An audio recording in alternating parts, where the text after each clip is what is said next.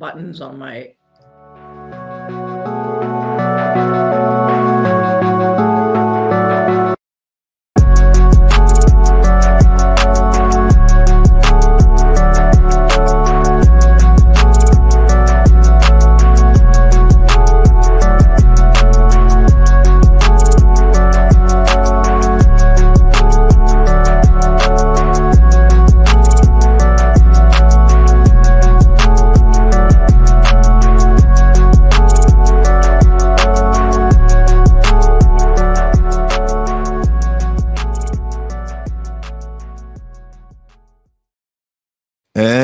Welcome to another episode of Stuck in My Mind podcast. I am your host, W-I-Z-E, and today I'm thrilled to welcome a guest whose soul work is changing lives. Cheryl Stelte is not just a spiritual coach, she is a visionary healer, author, and empowerment expert. I'm so excited to have her on the show. Hello. Hello. Happy to be here.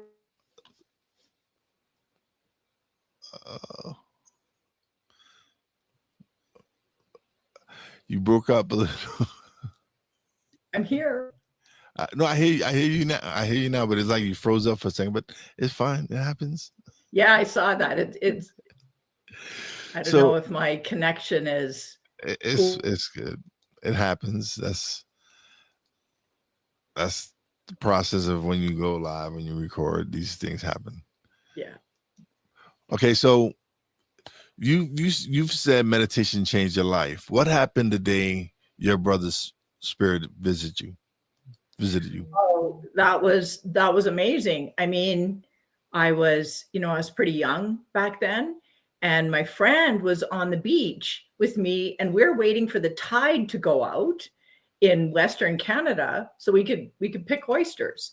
And we knew it was going to be a while. So she said, "Hey, how would you like it if I practice kinesiology on you?" And she had this method that she was using. And so I'm laying on the beach, and she kept clearing things and doing this muscle testing on herself. And I'm just laying there, and she would say, "It's this person, it's this relative, it's that person." And she would do all this stuff. And then as I'm laying there, this ball, like the size of a basketball of white light, was right above me, and it was filled with the most intense love I have ever felt. And I suddenly knew it was my brother. Now, I had never meditated. I was raised Catholic. I hadn't gone to church in years. And I was blown away, and tears were streaming down my face because of the amount of love. And she's going on and talk. And then she says, all of a sudden, she said, "It's your brother." And she goes, "Oh my God, he's here." And I don't think she even knew I had a deceased brother. It was really wild. And he had taken his life. And his message to me that day she channeled him, which she had never channeled a spirit before. But he was able to speak to me through her. And his message was to start meditating. It was sort of long and drawn out. And yeah. So I was like, wow. So when I got back to the city after that weekend, so funny, I started calling up these meditation places, knowing nothing about it. 31 years ago, meditation wasn't a common word. So I'm phoning these places in a very alternative city. And they would say, "Why do you want to learn to meditate?" And I said, "So I could speak with my deceased brother." And they all said, "Oh, sorry, we don't have that kind here." But what happened was I was able to, by the end of the weekend, it was like I could hear him and sense where he was. He stuck around for the weekend. Anyway, so then I was in a building the next day, and I saw the sign on the door that said meditation classes starting the following night. It was a Wednesday night. And so I thought, okay, I'm going to go. I'm going to sign up, but I'm not saying anything about my deceased brother. And I went, and it got me meditating. And I started incorporating early on a breathing practice I had used since I was a kid to sort of calm myself and that sort of thing. I figured it out when I was living in Edmonton, Alberta, Canada, in the cold, that if I breathed with long breaths through my nose, I wouldn't shiver. My body would calm down. Anyway, and I started healing myself. Wow. What was your darkest moment during your battle with depression, and how did spiritual practice guide you through it? Well, I think I was depressed for a lot of years. A lot of years. And my darkest moments were when I almost took my own life a couple times, and both times I just thought about my kids and thought, oh God, no, they absolutely need me. And so what happened through the meditation, I started to discover all the emotions that were stuck inside me, and you know emotional trauma. We consider emotional neglect. Now we consider it emotional trauma because it's not one incident. It's what goes on. But back in my world growing up, I didn't have any friends that talked about their emotions with their parents who really had an emotional resource. So I think in many ways, older people, we all experienced emotional neglect, but what started coming up was the pain of the past, and I was able to release it so that it would never come back again in the same way, is what started to happen. And so I did not stop meditating. I still meditate today, and I had been on antidepressants for a short while. That was a new thing at that time. And I went off them, and my doctor was very concerned, very concerned. He said, Cheryl, you really need to be on these the rest of your life. Think of it as like blood pressure medication. Well, we know you don't have to be on blood pressure medication the rest of your life either, but back in those days. And so I just decided I would rather meditate than take medication. So I just always said meditation is my medication. Can you explain the origin and purpose of your Azarias Energy Healing modality? Yes. Well, the origin is multifaceted. So its basis is this type of meditation that I started doing early on. And then I belonged to a spiritual school, a Sufi school, for a number of years and became a senior teacher. And they also, what I loved about the school was they used the full breath as well. But they had all the science around how that affects your subconscious, how you can heal with that. So I studied shamanism for a number of years and learned different modalities, shamanic practices to help people heal. I went to India and I got my Reiki master certification. I have a diploma in Jinshindo acupressure. And so that was a very powerful healing modality that I used. And then there was another, through the Sufi school, I learned another type of healing called Herkaya healing. And, just learning from other practitioners. I've done trades in the past and that sort of thing. And so there came a time, I had so many of my clients asking me, when are you going to teach what you do? When are you going to teach what you do?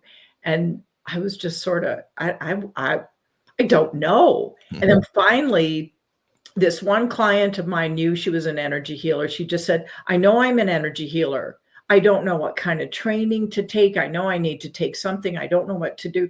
She said, why won't you teach what you do? I want to learn what you do. And that was it. And I have goosebumps right now saying that, because I remember that was Stacy. And I said, okay, I'm going to do it. I'm going to put it all together. I know what I do, so I should be able to teach it because I know it firsthand.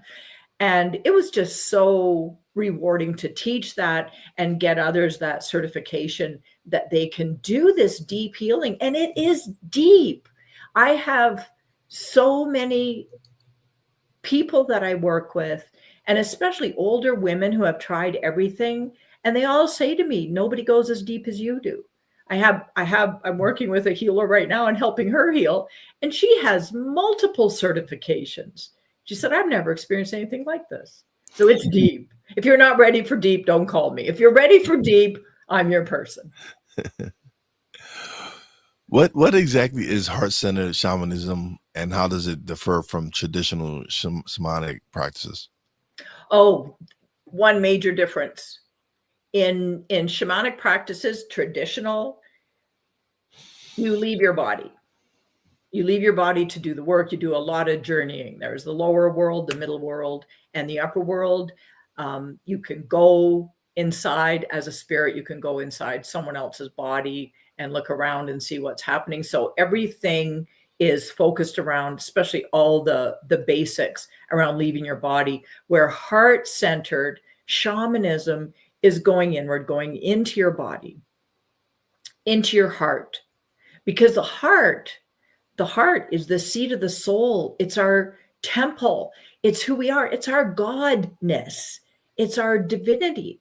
And so everything's in there. We don't have to leave the body, and leaving the body can be dangerous. We can pick up other things. I'll tell you a brief story. I do a lot of chakra readings for people so I can see in their chakras where the energy is holding them back, what their blocks are, and where they're shining brightly, what their superpowers are. And I love to do that. And I spoke on a summit once, and it was there were a lot of shamanic people there. The head of the summit was a shamanic practitioner. There were two heads of it, and I spoke there. And I also co-hosted, so I did a lot of interviews because they knew I had practiced shamanism, and I did a lot of chakra readings on the people from that, and I never experienced so many people with dark energy attached to them. Now, the rest of us, like normally when I do chakra readings, I don't see people with energy stuck on them or that sort of thing, because our wounds are inside us. And it's up to us to heal them. I can tell people what it is and assist them, but it's all our wounds help us step into our own empowerment. So even as a healer, I think of myself as an assistant. I'm there to help and guide, but you have to do the work. And I'm assisting you. I'm holding your hand the whole way, where all this other energy. And I thought, this is from people leaving their bodies. They pick up this dark, it's just, and I can clear that stuff very easily. Yes. It may sound really strange. I'm surprised you asked me that. I haven't written anything for a very long time about heart-centered shamanism. Listen, that's what I do. I get people be. I don't know. These are things I find them kind of. It's just questions I just like asking. I can't explain it. I'm honored, Will. So how did your time with the Maasai and Shuar tribes influence your current spiritual and healing work? Oh my goodness, thank you. Oh, living with the Maasai, it's funny you ask that. I was thinking about this the other day. I was thinking about the Maasai and people sort of overall in Africa, not so much South Africa, but, where there's more of still primitive tribes, and even just the people, is what I discovered. There's a real lack of love. The chief said to me, I lived with a Maasai, and he said, my people don't know love. We don't know what this is. They have no sense of it. And that's why they can do the things they do to their own people. So with the Maasai, they practice polygamy, so they can have multiple wives, and they send the young guys, the kids, 12 and 13-year-old boys, out onto the savannah to live with nothing.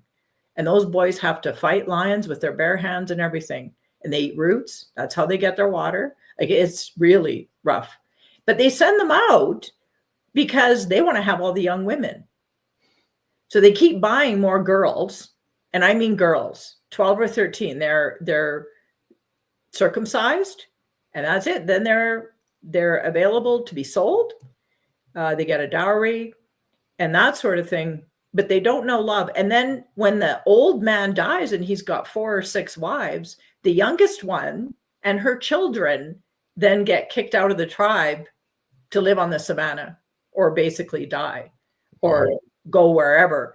And so I met this chief who would take in these women. So he was trying to run a sort of a shelter on the savannah for these single mothers, so that they would get fed. And he was doing what he could to raise money to feed them.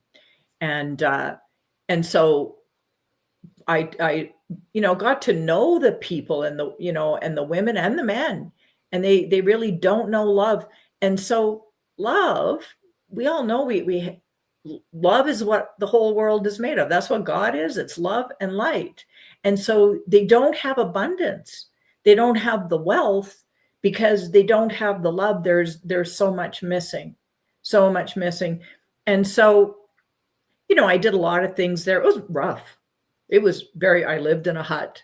I stayed with them. I ate ugali and skumawiki and all the stuff, sang their songs with them. And that's what they have to keep them alive, to me, are their songs. And they're stomping on the earth and their songs, and they go into ecstasy when they sing. It's really, and so to witness that was something else, to see these people forever on the border of not making it, in sickness, and they cook in their huts they build the fire, so they all have emphysema. But I really learned that love is what we're all made of. And it's one thing. Greg Braden did an interview a while ago, and he said it's the one thing that we cannot reproduce with technology. We can do all this AI, and we can make lamb wombs and these artificial human wombs, but we cannot duplicate love, or that connection, the connection to all and the connection to each other. And it's the number one thing. And when we lose that, we can't have that vitality that we all need. Definitely. What does it truly mean to be a client magnet from an energetic perspective? A client magnet from an energetic perspective is that you are really radiating all that you truly are. To feel at your core that you're part of source, and really feeling into your purpose, your soul's purpose, and the truth of your being. So when you're really in alignment with the truth of your being and why you're here, and you tune into that, you can consciously radiate that out. And so becoming a client magnet is first releasing the blocks that are getting in the way of that. And it's amazing what happens when you do that and you really step into who you truly are. And we are all meant to step into who we truly are and radiate what that is. And it could just be, for the time in your life, it could just be that you need to listen to great music or play music and send that out to the world. And it has equal value to what anybody's doing. It doesn't matter what it is, but to radiate all that you truly are and really be in that higher vibration, and people will find you.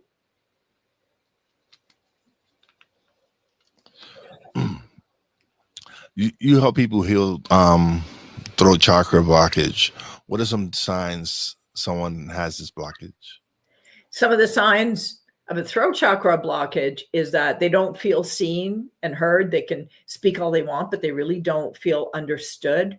They might really have a hard time expressing themselves and expressing who they truly are. So the highest level of the throat chakra is expressing why you're here, why your soul is here. So if you're blocked in any way, you have a hard time speaking your truth, or the right words don't even come. It's like, what you want to say, but you're tripping on your words, or you're just not getting it right, or the other person just doesn't seem to get what you're saying.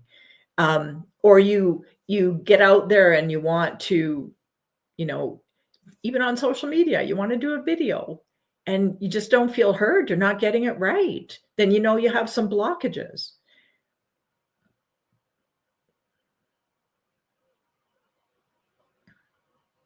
Oh, you just. Yep, there we go. There we go. There we go. All right. Many people say they feel called to heal, How can they know if that's truly their path? How can they know? It's to really tune into it. You know what? A lot of people that have done my Azarias Energy Healing program, when I first talk with them, they say, somebody told me I have healing hands, or I know I have healing hands. So that seems to be a term. And it's known that we use the hands. And really, it's so much more than that. But it's often just an inner knowing. It's often an inner knowing. And, you know, the whole universe speaks to us through others. So if you've had a lot of people in your life, or even 2 or 3 that have said to you, you're a healer, you've got to be a healer. I'm pretty sure a healer, you're a healer, you should start doing that. Or just this inner knowing for years. People who know they're healers know it. They just really know it. It's not at the level of the mind.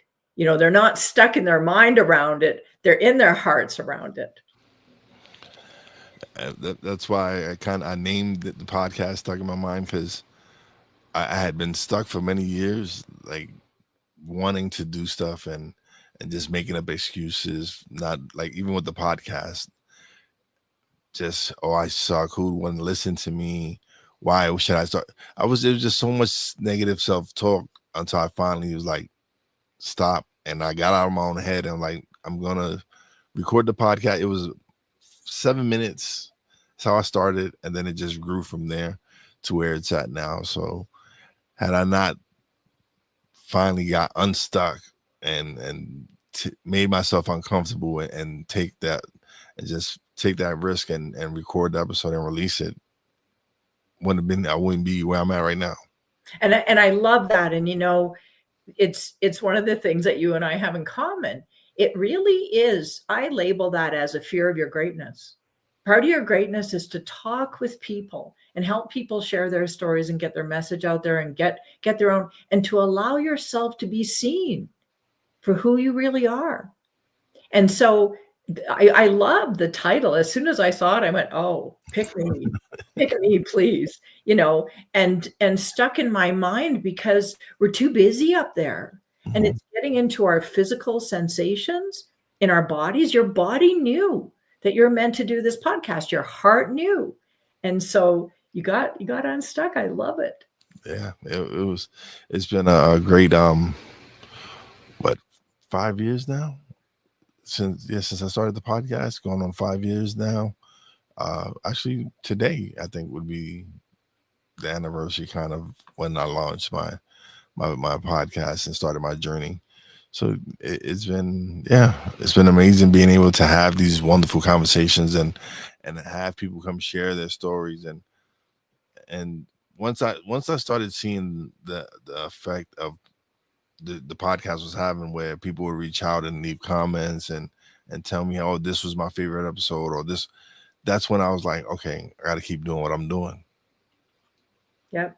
Because you're changing the world, you're changing humanity, and you're changing yourself. You're becoming more of who you are every episode. So let me just take a moment and celebrate with you. 5 years. Woohoo! Yeah. Thank you. That's a great accomplishment. Oh yeah, no, I'm proud of it. This is something, I don't know how many people would have thought I would have been doing this for as long as I've been doing it now. And I just improve with each episode. From where I started to where I'm at now is a big change in how I ask questions and the research that, because at first I'm not gonna lie, I didn't really, when I first started, I didn't really know much. So it was just asking questions and stuff like that. And now it's, I do research. I generate questions that I feel that I want to, these answers that I would like to know. And so, yeah. Awesome. So worth it. Yeah. Oh, let me, and this is why I love doing lives, because of comments like this. Thank you, Corrado, for stopping by. And he's been here. He's been one of my day one guys, been listening to me since day one, when I was strictly an audio podcast. And then a couple of years in, I transitioned to doing video and audio as well. So, all right. So you mentioned you're a Reiki master. How has that evolved your practice? I don't even do Reiki anymore. So Oh, it was a real stepping stone. What I do, I believe, is much more powerful. It moves energy at a much deeper level, but still work with the chakras. So it was through Reiki that I started studying the chakras through books, mhm. and cassette tapes. People probably don't know. Well, Corrado probably does. I know he knows what a cassette tape is.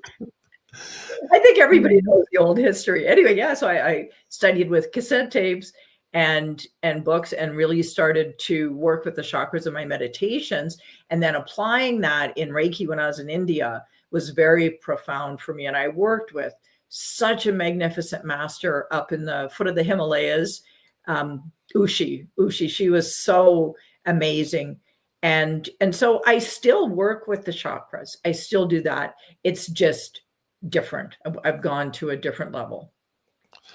So you transitioned from interior design to spiritual work. What was that shift like for you? It actually wasn't much of a shift Oh, because I had a spiritual interior design business. So I oh, okay. didn't just do interior design.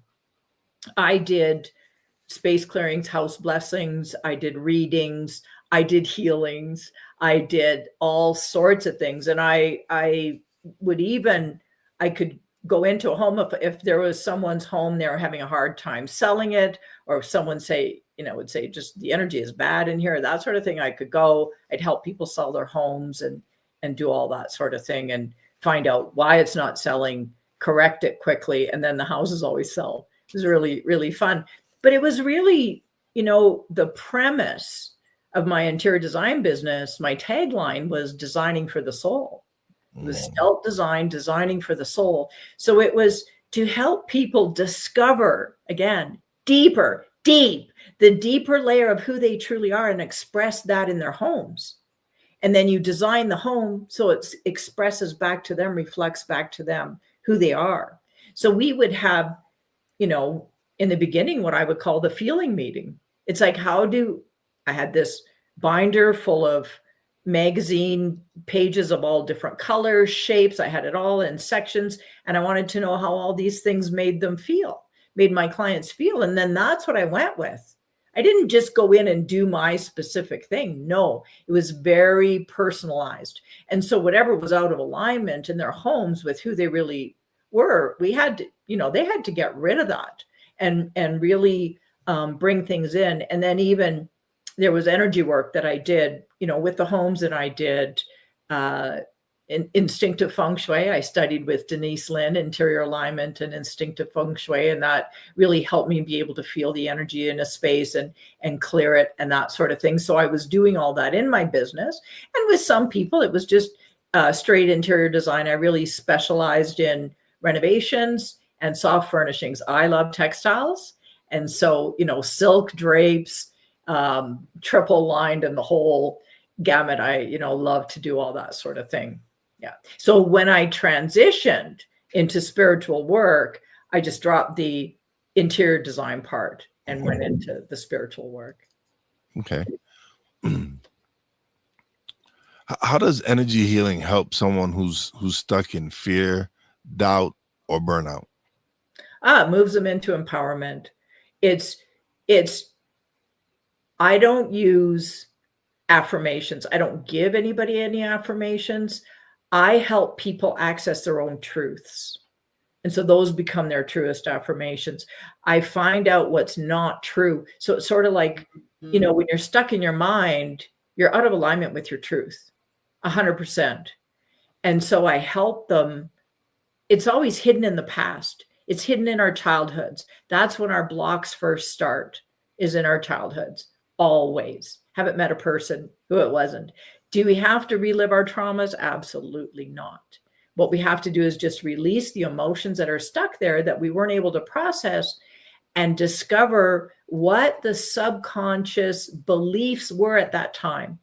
And they all come down to 4 major beliefs, and not necessarily in this order. I'll just say them. I'm unworthy. So you might have felt unworthy. you weren't worthy of doing your podcast, if I can use that as an example. I'm not enough, or I'm not good enough. I don't matter, and I'm unlovable. And then there's all sorts of other beliefs that branch off what I call those 4 major subconscious beliefs. So then I help you as a little child or toddler, even baby, overcome those, that we move through it and we heal you. And then you discover what is true for you. So often, let's say, for example, Will, you were stuck in your mind around, not doing this podcast because maybe your subconscious belief was, I don't matter. I really don't matter. But you decided one day, you struggled through your struggle, you healed to a certain extent, enough to start, and now you know how much you matter.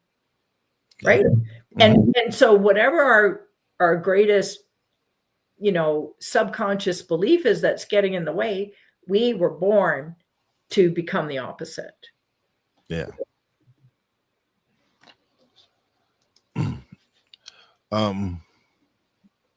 Okay. What advice would you give to someone who is spiritual but feels lost in the practical world? Who is spiritual but feels lost in the practical world? I tune into that and I wonder, it could be a number of things. One, the most obvious, you're really not that grounded. You might be out of body. That will really create a sense of feeling lost. But there's also developmentally times in one time in specific where one feels completely lost, and that's the dark night of the soul. And you can be a very spiritual person, but you're just lost. You don't know where you're heading. And it could be like, it's kind of like, it often happens when people become an expert at something. So I've been through it.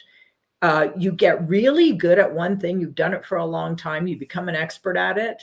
And then it just, you don't find it fulfilling, but you don't find anything fulfilling. And it could even be a long-term marriage. Marriages go through different phases of development. It could be a career, that sort of thing. It's often a career will prompt it, but it could also be that you've been on a spiritual journey for a long time and you've mastered that.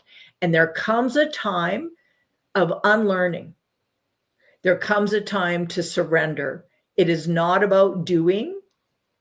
It is a time to surrender and allow. And it's unlearning everything you didn't know. And I'm an expert in helping people through that. I love people often, well, they're starting to be younger and younger. It used to be 50s, 60s, even 70s. And I'm getting people now, even in their 40s, that are in the dark night of the soul. And they just feel completely lost and nothing is fulfilling like it used to be. And I remember going through that in my interior design business, but I had also been on a spiritual journey for a very long time. So the combination of those two really put me into that. And we stay in it for a number of years. I was in it for 10 years before I finally found a teacher to help me out of it. And it's often the teacher or the coach finds you. You feel like you're found. And then because the universe is supporting you in that, and then it's moving through that. But it really is a time of deep surrender, allowing, unlearning. Awesome. As someone who teaches energy online, how do you ensure the same impact virtually? We're all connected. We're all one. Everything is one. There's no separation. Separation is an illusion. You already know that. And so it really doesn't make any difference whether I used to do energy healing in person for years. And then I also taught meditation in person for years. And then I started getting people who wanted to work with me, but they lived, long distances away. And so I started doing both online and I was blown away. I was like, wow, there really is no difference. We truly, are all energetically connected. We're one being. Mm-hmm. I can definitely vouch for that. There's been times where there was one time when at the beginning of my journey in podcasting, and I was just recording like crazy. there was a day I scheduled like 4 interviews in one day, back to back to back to back. And at the fourth interview, I still had the same energy because they were all such great conversations. It was just an exchange of energy. So by the time I got to the 4th episode, I was still wired. And so the guest was amazed. They're like, because they knew I had done 3 interviews prior, and they were like, "Thank you." I was like, "Why?" They're like, "Because you still have energy, and I know you just finished doing 3 other recordings and stuff." But I was like, you know what? It's with each episode, it was just like my battery was just getting recharged. So and it's been virtually. Most of my interviews have been all my interviews have been virtually, except for when I go to like Podfest and stuff like that, and then I get to interview people there. But for the most part, most of my interviews have been virtually, and they've just been amazing. Just being able, the conversation and the transfer of energy, and I've been blessed to have so many great conversations. May I please give my view on that? Mm-hmm. My view is that you're so in alignment with what you're doing, and you're listening to your speakers, and you're so connected that you're in your highest self. You are connected, and it really, a lot of it is the universe flowing through you. So our greatest power, I write about it in my 3rd book, From Block to Powerful. If you're going to ask me a question on that, I'm jumping the gun here. Sorry, no, you're gonna don't worry, go ahead. But the greatest power in the world is allowing the universe, God, source, creator, to move through us. And so when I do an energy healing, and when I was first doing, I was doing a practicum for the Hercalia healing, and I would do 3 or 4 at a time. I'd get my meditation students all to come over, and we'd sit in the same room, and the others would be sitting there waiting or meditating, and I would do one after the other. And I would get more energy. So whenever I do healings, I don't get pooped out. I don't get exhausted. I get more energized. But you're in alignment. You are not stuck in your head. You are in that flow of energy. So then it just keeps getting better and better, or at least still the same. And you feel like $1,000,000. Like you say, you're still wired from it. That's why you do it, because it feels so darn good. Oh, I love it. Right? Yeah, I have a great time doing this. This is, to me, it's it's giving me purpose. It really has. Prior to this, I didn't really know what was my purpose or what was I supposed to be doing, and podcasting has opened that and shown me, like, all right, you're here to help people. Your podcast is making an impact. You're touching people's lives with these conversations, because let's be honest, people need to hear these things. And just the fact that, and this was, when I first started, there was so much negativity going on. There was it was the 2020 elections, all the pandemic, you had George Floyd, you had someone, and I just felt that I wanted to put something out positive and have these conversations so that people can see, like, hey, regardless of what we're going through in life right now, or what we've gone through in life, whatever, there are people to show you that, hey, you can go overcome it and get through these dark times. Yes. And you were needed, and you stuck with it, and you still are here today when we're having different hard times, some of the similar hard times, and everything serves us. And it's finding the gold in it all and finding what serves us. Yeah. And you keep going, and you keep inspiring others. I'm so grateful. What rituals or spiritual practices do you personally follow every day? Oh, I've been meditating 31 years. I mean, that's a no-brainer. So that is always happening. I go for a walk every day after lunch. That's kind of my time. It's good for digestion and that sort of thing. But I tune into the natural world. I tune into the universe, the natural world. And sometimes I'll do a walking meditation. You could call it that. Various types. I do the 5 Tibetan rites every day, try and do it every day. Sometimes I miss out on that. I can be weak in that. But I usually do a personal retreat for myself once a year for a week. And that's usually between Christmas and New Year's, where I take the time to really go inward. And so that's, a week-long ritual that I do. I used to do things like full moon rituals all the time and all sorts of things. And I think when we're on a spiritual path, we learn things and we stay with them as long as they serve us, and then we might find something else. And so I'm sort of like that. I used to always light a candle when I meditated, and I learned that in shamanism, and it was just so important to me. And I just found I was burning way too many candles. I'm like, I don't need to. And I had big altars, creating altars, vision. I mean, I've done so many, and now it's just very simple. I meditate. I am tuned in, and I do various types of meditation and practices. I still do some Sufi practices, and my spiritual practice is my work with my clients. Like I am in the zone when I'm with them, and it's just such a blessing, not just for them, but for me. Yeah. What is your ultimate vision or mission with the Star of Divine Light Institute? My ultimate vision or mission is that we all recognize ourselves as the star of divine light. You think of a star as light. We are all beings of light. We are made of light. Kirlian photography has proven that we are all made of love and light, and that we discover that we are all that, and we are all connected. We are all one through that. And so through my various programs, it's really about empowering others to become who they truly are, and really for everyone to realize that you're powerful beyond belief. You couldn't see how powerful your podcast is and how powerful you would be in it until later on. We